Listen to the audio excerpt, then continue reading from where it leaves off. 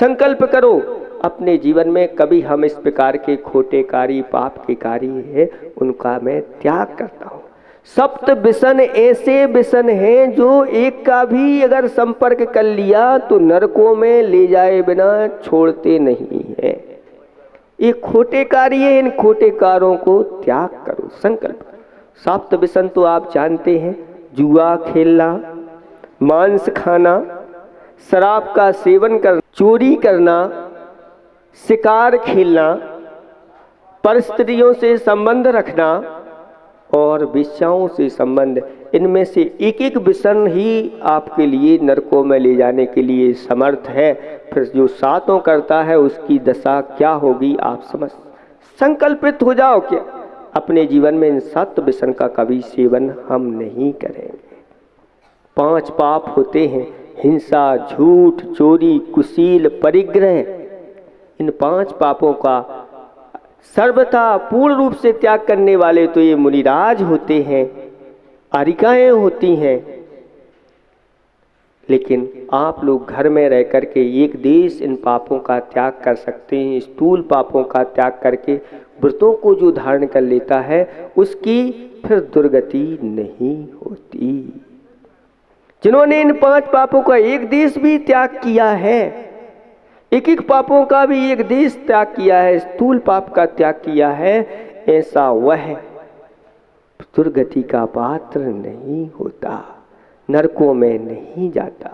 जिसने परिग्रह का मात्र प्रमाण कर लिया है ऐसा व्यक्ति नरकों में नहीं जाता, दुर्गति में नहीं जाता।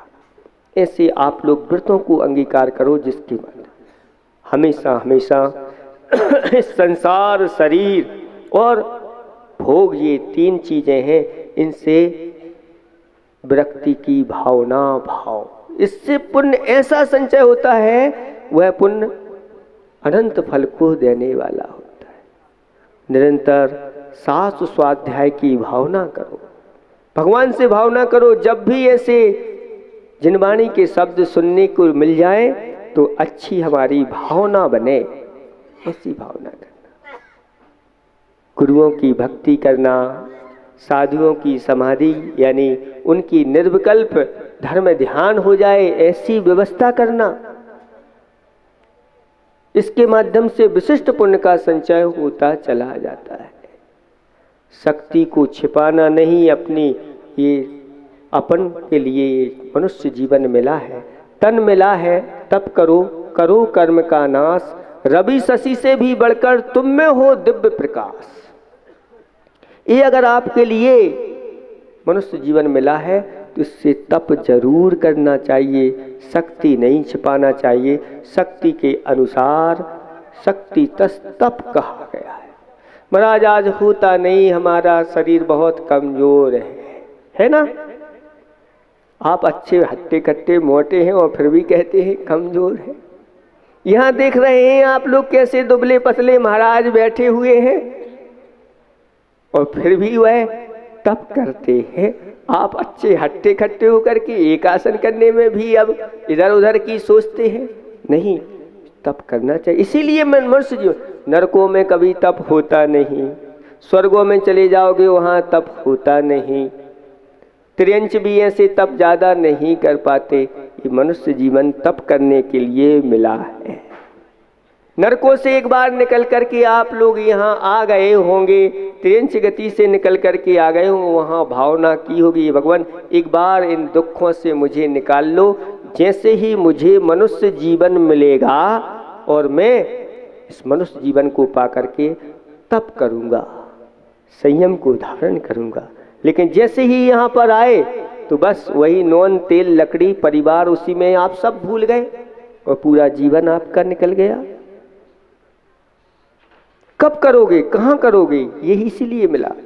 शक्ति के अनुसार त्याग करना चाहिए, शक्ति के अनुसार तप करना चाहिए। जिनेंद्र भगवान की अच्छी तरह से भक्ति, पूजा, आराधना, अभिषेक करो। अब आप यहाँ पर भगवान तो बना रहे हो लेकिन सिर्फ बनाने से ही नहीं, अब उनकी भक्ति, पूजा, आराधना, अभिषेक करना आपका परम कर्तव्य होता है। सभी को संकल्पित होना है। हाँ, अब हमने भगवान तो स्थापना कर दी है भगवान की, अब हमें अभिषेक पूजा, अब बाकी नहीं रह जाना चाहिए, घर में नहीं बैठना। सबसे पहला कोई आपका कार्य होगा तो सबसे पहले मंदिर में जाकर के अभिषेक पूजा, उसके बाद फिर संसार के कार्य करना चाहिए। 24 घंटे में लगे हुए पापों को धोने के लिए जिनेंद्र भगवान की अभिषेक पूजा ही समर्थ है। नहीं तो कैसे धोगे?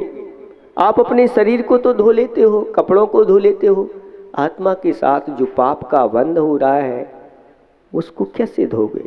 उसके धोने के लिए यही उपाय आप लोगों को बताए जा रहे हैं। करो, अच्छी तरह से करो। धर्म की प्रभावना के लिए हमेशा हमेशा तत्पर रहो। अब अनुष्ठान ऐसे प्रतिवर्ष आपके होते रहना चाहिए। आपने जो पंच कल्याणक किया है, पंच कल्याणक करने के बाद अब जो जिस दिन आपके यहाँ फेरी हो, भगवान प्रतिष्ठित हो जाए, एक दिन बना लेना। वर्ष में एक बार तुम्हें महामस्तकाभिषेक करके 1008 कलशों से इस प्रकार के कार्य का पुण्य का संचय निरंतर करते रहना चाहिए। साधुओं के लिए अच्छी अनुकूल स्थान भी आप लोगों को तैयार करना चाहिए, जहाँ पर रह करके साधु अच्छे से यहाँ रुक सकें, निर्विकल्प होकर के रुक सकें, जिनकी सारी अनुकूलता बन जाए, धर्म ध्यान करने की, स्वाध्याय आदि करने की, साधना करने की, सब पर विचार करना चाहिए। और आपस में साधर्मी भाइयों के प्रति वात्सल्य की भावना रखना चाहिए। साधर्मी भाई कौन कहलाता है? जिनका धर्म समान होता है, जिनके सच्चे देव शास्त्र गुरु समान होते हैं, वह सब साधर्मी भाई हैं। और साधर्मी भाइयों के लिए, एक दूसरे के लिए आप लोग समर्पित रहोगे तो इस कर्क बेल की यश कीर्ति सभी जगह फैलेगी कि देखो इस कर्क बेल में भी कैसी एकता इनकी है। जैसे एकता के साथ आप लोग आज ही पंच कल्याणक कर रहे हो, ऐसी एकता आपकी निरंतर बनी रहना चाहिए, जिसके माध्यम से वात्सल्य भाव बढ़ता चला जाता है। ऐसे 16 कारण भावनाएं हैं। इन 16 कारण भावनाओं के माध्यम से आप निरंतर उस पुण्य का संचय करते चले जाओ। पुण्य फूला है, पाप का पतझड़, पाप तो ऐसा पतझड़ होगा, निकलता जाएगा और उस पर जाकर के फल अनंत लगने वाले हैं। जैसे आज वह बालक अपने भाग्य का अतिशय तो आपने देख लिया कि भाग्य का अतिशय यही कहलाता है कि 6 माह पूर्व से ही गर्भ में आने के इंद्रों ने सारी व्यवस्था कर दी। 6 माह पूर्व से ही रत्नों की वृष्टि उस स्थान पर होने लगती है और गर्भ में जब 9 माह तक रहते हैं तो भी वहाँ पर रत्नों की वृष्टि 9 माह से 15 माह तक तो निरंतर रत्नों की वृष्टि जिसके घर में हो रही है। ऐसा पुण्य संचय करना चाहिए। आप लोग धन के संचय में तो जीवन बिता देते हैं, बताते हैं कि नहीं? महाराज पूरे बाल सफेद हो गए धन का संचय करते हुए, कितना कर लिया बताओ? आपने जीवन भर धन संचय किया और आप जाकर के अंत में अरबपति हो गए ना? कितने हो गए? अभी तो कोई होगा नहीं, लेकिन फिर भी हो गए, खरबपति हो गए मान लो। पूरे अब जीवन परिश्रम किया, जाकर के इतना इकट्ठा कर लिया और एक बालक आया और जन्म से ही वह खरबपति के यहाँ उत्पन्न हो गया। वह जन्म से ही खरबपति है, उसने तो कुछ नहीं किया, कोई भी कमाई नहीं की, फिर भी वह खरबपति हो गया। कैसे हो गया? ये जिन्होंने ये खरबपति बने थे ये चले गए, वो सब छोड़ करके उसी के लिए बेटा ये अब तुम्हारा है। बताओ, उसने तो कुछ कमाई नहीं की। नहीं, उसने जो पूर्व में संचय किया था वह संचय के कारण से ही वह पुण्यात्मा या जिसके पास धन है ऐसे धनी व्यक्ति के यहाँ वह जन्म ले रहा है। ऐसे ही पुण्य का संचय करो, ऐसा पुण्य लेकर के जाओ जहाँ जाओ वहाँ पर खजाने आपके लिए खुले रहें, जहाँ जाओ 9 निधियाँ आपके लिए खुली रहे। तो वह ऐसे ही पुण्य संचय से होता है। इसलिए इस पुण्य का संचय निरंतर करते रहना चाहिए और भगवान से भावना भाव कि भगवान मुझे ऐसा पुण्य दो जिस पुण्य का फल निर्वाण की प्राप्ति होती है, अरहंत पद की प्राप्ति होती है। यह पुण्य जो है ना आगे जा कर के यहाँ पर छूट जाता है, पुण्य भी छूटता है, पाप भी छूटता है, लेकिन सबसे पहले पाप छूटता है। पुण्य तो अरहंत पद तक अंत तक रहता है, अंत में जाकर के वह छूट जाता है, लेकिन मोक्ष प्राप्त करा देता है। ऐसे पुण्य का संचय अच्छे अच्छे कार्य करके निरंतर करते चलो। इतना बढ़ाओ, खुद को कर बुलंद इतना कि खुदा पूछे तेरी रजा क्या है। समझ रहे हैं बात को? खुद को इतना बुलंद करो, पुण्यशाली बनाओ इतना कि भगवान भी पूछे, भगवान भी कहने लगे बोल तुझे क्या चाहिए। जो चाहिए सब कुछ कहने की भी जरूरत नहीं, सब कुछ मिलता चला जाता है। इसलिए आप लोग अब कंजूसीपना छोड़ करके समर्पित हो जाओ जिनेंद्र भगवान के लिए, सच्चे देव शास्त्र गुरु के लिए आप लोग समर्पित हो जाओ। इतना ही हम आज पर्याप्त समझते हैं। जन्माभिषेक के दिन हम आप लोगों के लिए यही कहना चाहते हैं, कुछ करो अथवा ना करो, लेकिन पिति जिनेंद्र भगवान का अभिषेक जरूर करो। जो अभिषेक हमारे पापों को धुलाने वाला है, धोने वाला है और ऐसा अक्षय पुण्य का संचय कराने वाला है। ऐसे जिनेंद्र भगवान के दरबार में जाकर के अच्छी अच्छी सामग्री लेकर के, और हो सके तो ऐसी भावना भाना, हे भगवान मुझे ऐसे ही सुअवसर निरंतर भवों भवों तक मिलते रहे। जब तक मैं आप जैसा ना बन जाऊं तब तक भगवान आपके चरण कमल मेरे हृदय में विद्यमान रहें। बस ऐसी निरंतर भावना के साथ आप लोग आगे का कार्य करेंगे। भव्यात्माओं, ऐसा होता है गुरुदेव का आशीर्वाद कि उजड़ा हुआ वीरान भी हो जाता है आबाद। उनके गुणों को कौन लिख सकता है? चाहे बना लो मेरू को कलम, सारी धरती को कागज और संपूर्ण समुद्र को दवात, फिर भी उनके कोई गुणों को लिख नहीं सकता। ये जो कुछ भी हुआ है सब उन गुरुदेव के आशीर्वाद से हुआ है जो आज आप देख रहे हैं। जैसे कोई व्रत करता है और व्रत के बाद जब उसके व्रत निर्विघ्न सानंद संपन्न हो जाते हैं तो वह अपने व्रतों का उद्यापन करता है। ऐसे ही करकबेल वालों के ये पंच कल्याणक निर्विघ्न और सानंद संपन्न हो गए। उसी की खुशी में, उसी के आनंद में इन्होंने आज यह पूरी की पूरी अयोध्या नगरी, इसकी 7 परिक्रमा लगाए। ये ऐसा क्यों होता है?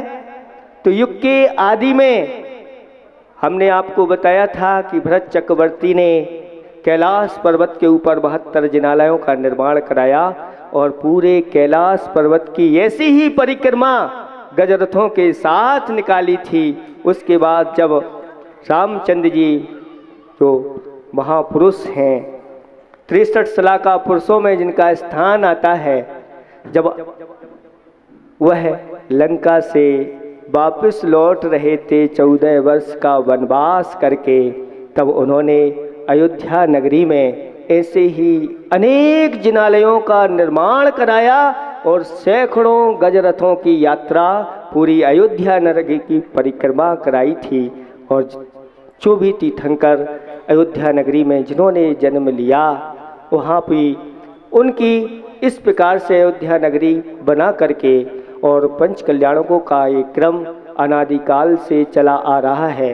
बंधुओं, संसारी प्राणी पाप के कार्यों में तो लाखों करोड़ों खर्च करता है, बड़ी शान शौकत के साथ अकेला ही करता है, मिलकर के नहीं, अकेला इतना कर लेता है।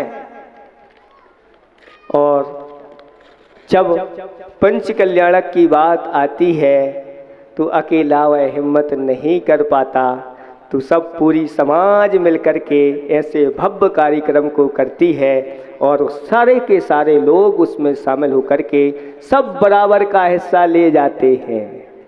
कोई भी उसमें छोटा और बड़ा नहीं होता। ये तो मान्यताएं हैं हमारी कि हम बड़े बन गए तो सबसे ज़्यादा हमें मिलेगा, छोटा वाला यूं ही रह जाएगा।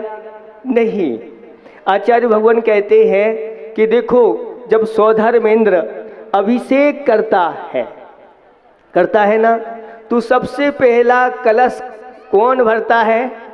जो सबसे आखिरी में लाइन लगी है, वहाँ से क्षीर समुद्र से लाइन लगी है।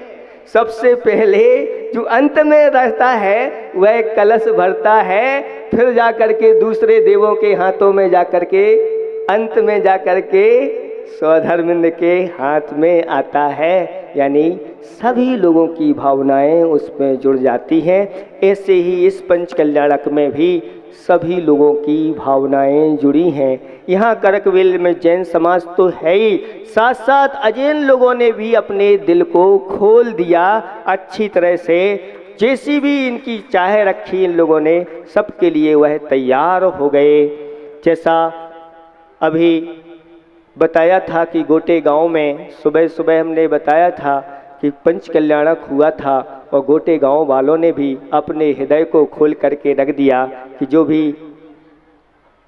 गजरत का खर्च काट करके और जो भी उसमें से राशि आएगी, हे प्रभु, हे गुरुदेव, वो मुझे नहीं चाहिए, मेरे का सारे कार्य सिद्ध हो गए हैं, एक और कम से कम हमारे द्वारा उदारता का कार्य हो जाए और वह राशि किसी सहायता में, किसी परोपकार में लग जाए। ऐसे ही उसका अनुकरण करते हुए करकवेल वालों ने भी यही भावना भाई, और जैसा हमने उनको निर्देश दिया वैसा हर्ष इसके लिए तैयार हो गए। बस मुझे और कुछ नहीं चाहिए, जो चीज़ यहाँ आवश्यक है संत निवास नहीं है। हमने कहा चिंता नहीं करो, संत निवास की भी व्यवस्था हो जाएगी, जंगल की भी व्यवस्था हो जाएगी, और कोई आवश्यकता हो गुरुओं के आशीर्वाद से कोई कमी रहने वाली नहीं है।